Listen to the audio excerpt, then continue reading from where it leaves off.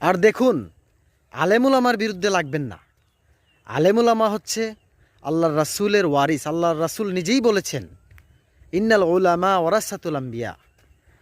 আল্লাহ রাসূল তো আর আসবে না পৃথিবীতে, আল্লাহ রাসূলের যে দাওয়াতি কাজগুলো কে করবে? আল্লাহ রাসূল বলেছেন, উলামাগণ আমার ওয়ারিস, আমার বংশধর, অতএব তাদের বিরুদ্ধে লাগবেন না। দেখেন ভাই, একটু বিবেকটা খাটান। আজকে বেগমপাড়ায় যে বাড়ি করে, আলেমুলামা করে না। সুইস ব্যাংকে কোনো আলেমের অ্যাকাউন্ট নাই। বাংলাদেশের কোনো আলেমের অ্যাকাউন্ট আছে সুইস ব্যাংকে?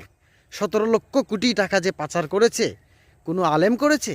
এই যে ব্যাংক লুট করে ব্যাংকের অবস্থা নাজেহাল করে দিয়েছে, হ্যাঁ, অর্থ মন্ত্রণালয় থেকে একটা চিঠি দেখলাম যে যদি কোনো ব্যাংক দেউলিয়া হয় 2 লক্ষর বেশি পাবে না।